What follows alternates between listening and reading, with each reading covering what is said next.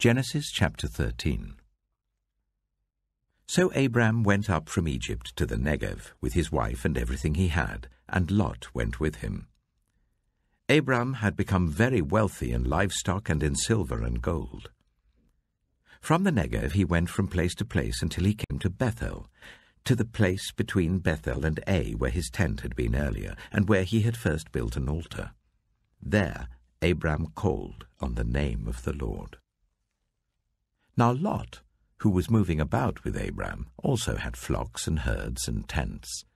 But the land could not support them while they stayed together, for their possessions were so great that they were not able to stay together. And quarreling arose between Abram's herdsmen and Lot's. The Canaanites and Perizzites were also living in the land at that time. So Abram said to Lot, "Let's not have any quarreling between you and me and between your herdsmen and mine. For we are close relatives. Is not the whole land before you? Let's part company. If you go to the left, I'll go to the right. If you go to the right, I'll go to the left." Lot looked around and saw that the whole plain of the Jordan toward Zoar was well watered, like the garden of the Lord, like the land of Egypt.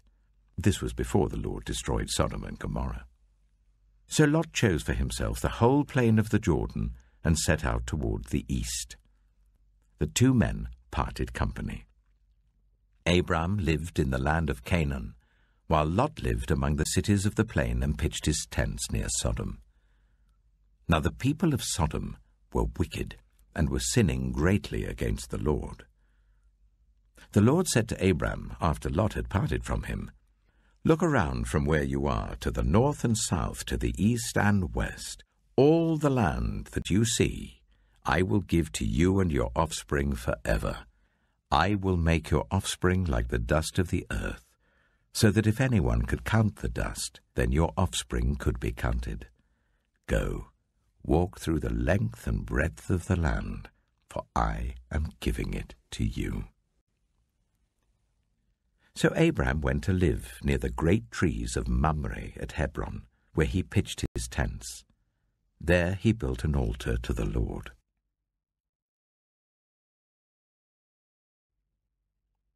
Genesis chapter 14. At the time when Amraphel was king of Shinar, Arioch, king of Elasah, Kedorlaomer, king of Elam, and Tidal, king of Goyim, these kings went to war against Bera, king of Sodom, Bersha, king of Gomorrah, Shinab, king of Admah, Shemeba, king of Zeboim, and the king of Bela, that is Zoar. All these latter kings joined forces in the valley of Siddim, that is the Dead Sea Valley. For 12 years they had been subject to Kedorlaomer, but in the 13th year they rebelled. In the 14th year, Kedorlaomer and the kings allied with him went out and defeated the Rephaites in Ashtaroth-Karnaim, the Zuzites in Ham, the Emites in Sheva, Kiriathaim, and the Horites in the hill country of Seir as far as El-Paran, near the desert. Then they turned back and went to En-Mishvat, that is Kadesh, and they conquered the whole territory of the Amalekites, as well as the Amorites who were living in Hazazon-Tamar. Then the king of Sodom, the king of Gomorrah, the king of Admah, the king of Zeboim, and the king of Bela, that is Zoar, marched out and drew up their battle lines in the valley of Siddim against Kedorlaomer, king of Elam, Tidal, king of Goim, Amraphel, king of Shinar, and Arioch, king of Elasah, 4 kings against 5. Now the valley of Siddim was full of tar pits, and when the kings of Sodom and Gomorrah fled, some of the men fell into them, and the rest fled to the hills. The 4 kings seized all the goods of Sodom and Gomorrah and all their food. Then they went away. They also carried off Abram's nephew, Lot, and his possessions, since he was living in Sodom. A man who had escaped came and reported this to Abram the Hebrew. Now Abram was living near the great trees of Mamre the Amorite, a brother of Eshcol and Ane, all of whom were allied with Abram. When Abram heard that his relative had been taken captive, he called out 318 trained men born in his household, and went in pursuit as far as Dan. During the night, Abram divided his men to attack them, and he routed them, pursuing them as far as Hobah, north of Damascus. He recovered all the goods and brought back his relative Lot and his possessions, together with the women and the other people. After Abram returned from defeating Kedorlaomer and the kings allied with him, the king of Sodom came out to meet him in the valley of Suchet, that is, the king's valley. Then Melchizedek, king of Salem, brought out bread and wine. He was priest of God Most High, and he blessed Abram, saying, "Blessed be Abram by God Most High, creator of heaven and earth, and praise be to God Most High, who delivered your enemies into your hand." Then Abram gave him 1/10 of everything. The king of Sodom said to Abram, "Give me the people and keep the goods for yourself." But Abram said to the king of Sodom, "With raised hand I have sworn an oath to the Lord, God Most High, creator of heaven and earth, that I will accept nothing belonging to you, not even a thread or the strap of a sandal, so that you will never be able to say, 'I made Abram rich.' I will accept nothing but what my men have eaten and the share that belongs to the men who went with me, to Ane, Eshcol, and Mamre. Let them have their share."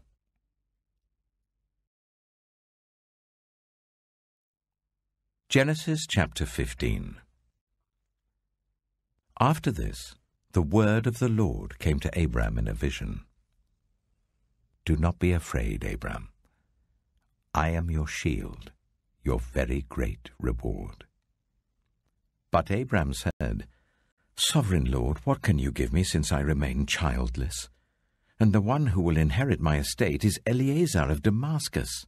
And Abram said, "You have given me no children, so a servant in my household will be my heir."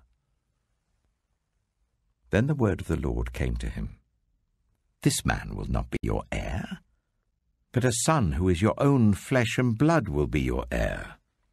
He took him outside and said, "Look up at the sky and count the stars, if indeed you can count them." Then he said to him, "So shall your offspring be." Abram believed the Lord, and he credited to him as righteousness. He also said to him, "I am the Lord, who brought you out of Ur of the Chaldeans, to give you this land to take possession of it." But Abram said, "Sovereign Lord, how can I know that I will gain possession of it?" So the Lord said to him, "Bring me a heifer, a goat, and a ram, each 3 years old, along with a dove and a young pigeon." Abram brought all these to him, cut them in two, and arranged the halves opposite each other.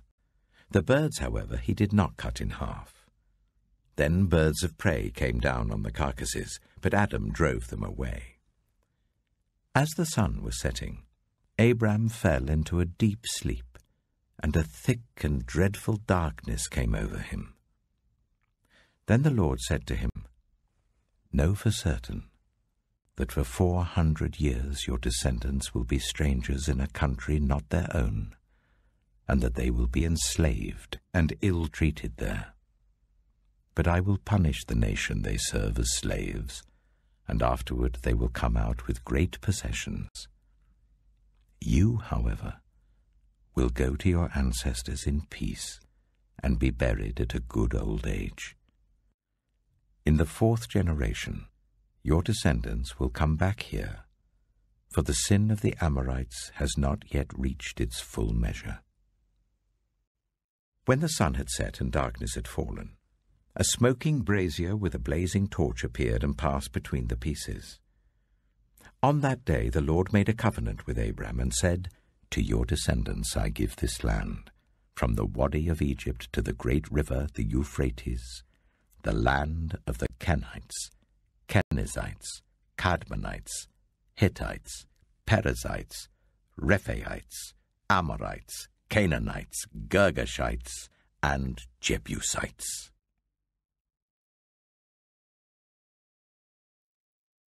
Matthew chapter 4. Then Jesus was led by the Spirit into the wilderness to be tempted by the devil. After fasting for 40 days and 40 nights, he was hungry. The tempter came to him and said, "If you are the Son of God, tell these stones to become bread." Jesus answered, "It is written, 'Man shall not live on bread alone, but on every word that comes from the mouth of God.'" Then the devil took him to the holy city and set him on the highest point of the temple. "If you are the Son of God," he said, "throw yourself down, for it is written, 'He will command his angels concerning you, and they will lift you up in their hands, so that you will not strike your foot against a stone.'" Jesus answered him, "It is also written, 'Do not put the Lord your God to the test.'" Again the devil took him to a very high mountain and showed him all the kingdoms of the world and their splendor. "All this I will give you," he said, "if you will bow down and worship me." Jesus said to him, "Away from me, Satan, for it is written, 'Worship the Lord your God, and serve him only.'" Then the devil left him, and angels came and attended him. When Jesus heard that John had been put in prison, he withdrew to Galilee. Leaving Nazareth, he went and lived in Capernaum, which was by the lake in the area of Zebulun and Naphtali, to fulfill what was said through the prophet Isaiah, "Land of Zebulun and land of Naphtali, the way of the sea beyond the Jordan, Galilee of the Gentiles. The people living in darkness have seen a great light. On those living in the land of the shadow of death, a light has dawned." From that time on, Jesus began to preach, "Repent, for the kingdom of heaven has come near." As Jesus was walking beside the Sea of Galilee, he saw two brothers, Simon called Peter and his brother Andrew. They were casting a net into the lake, for they were fishermen. "Come, follow me," Jesus said, "and I will send you out to fish for people." At once they left their nets and followed him. Going on from there, he saw two other brothers, James, son of Zebedee, and his brother John. They were in a boat with their father Zebedee, preparing their nets. Jesus called them, and immediately they left the boat and their father and followed him. Jesus went throughout Galilee, teaching in their synagogues, proclaiming the good news of the kingdom and healing every disease and illness among the people. News about him spread all over Syria, and people brought to him all who were ill with various diseases, those suffering severe pain, the demon-possessed, those having seizures, and the paralyzed, and he healed them. Large crowds from Galilee, the Decapolis, Jerusalem, Judea, and the region across the Jordan followed him.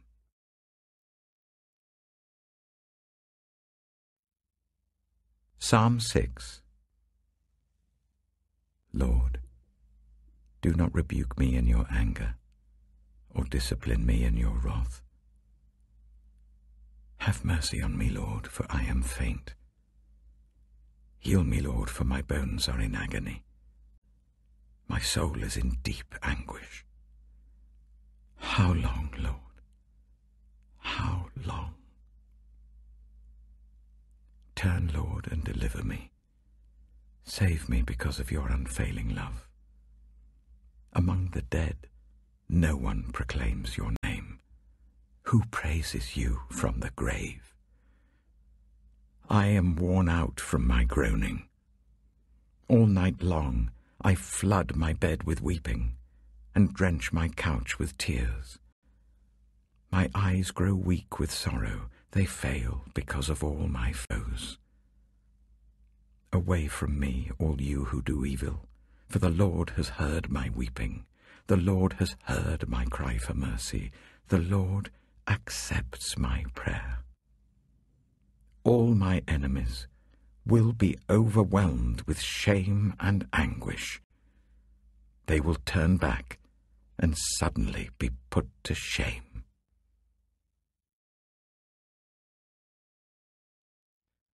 Proverbs chapter 6.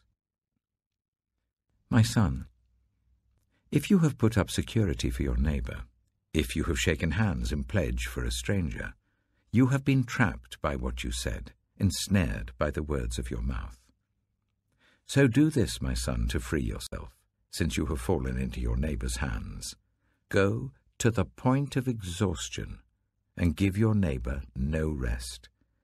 Allow no sleep to your eyes, no slumber to your eyelids. Free yourself, like a gazelle from the hand of the hunter, like a bird from the snare of the fowler. Go to the ant, you sluggard. Consider its ways, and be wise. It has no commander, no overseer or ruler, yet it stores its provisions in summer and gathers its food at harvest. How long will you lie there, you sluggard? When will you get up from your sleep? A little sleep, a little slumber, a little folding of the hands to rest, and poverty will come on you like a thief and scarcity like an armed man. A troublemaker and a villain who goes about with a corrupt mouth, who winks maliciously with his eye, signals with his feet and motions with his fingers, who plots evil with deceit in his heart, he always stirs up conflict. Therefore disaster will overtake him in an instant. He will suddenly be destroyed without remedy.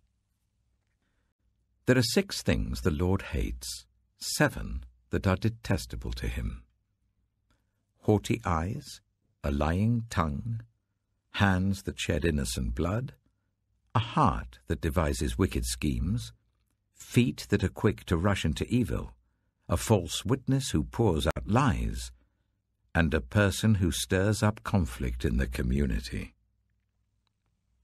My son, keep your father's command, and do not forsake your mother's teaching. Bind them always on your heart, fasten them round your neck. When you walk, they will guide you. When you sleep, they will watch over you. When you awake, they will speak to you. For this command is a lamp, this teaching is a light, and correction and instruction are the way to life, keeping you from your neighbor's wife, from the smooth talk of a wayward woman. Do not lust in your heart after her beauty, or let her captivate you with her eyes. For a prostitute can be had for a loaf of bread, but another man's wife preys on your very life. Can a man scoop fire into his lap without his clothes being burned? Can a man walk on hot coals without his feet being scorched? So is he who sleeps with another man's wife. No one who touches her will go unpunished. People do not despise a thief if he steals to satisfy his hunger when he is starving. Yet if he is caught, he must pay 7-fold, though it costs him all the wealth of his house. But a man who commits adultery has no sense. Whoever does so destroys himself. Blows and disgrace are his lot, and his shame will never be wiped away. For jealousy arouses a husband's fury, and he will show no mercy when he takes revenge. He will not accept any compensation. He will refuse a bribe, however great it is.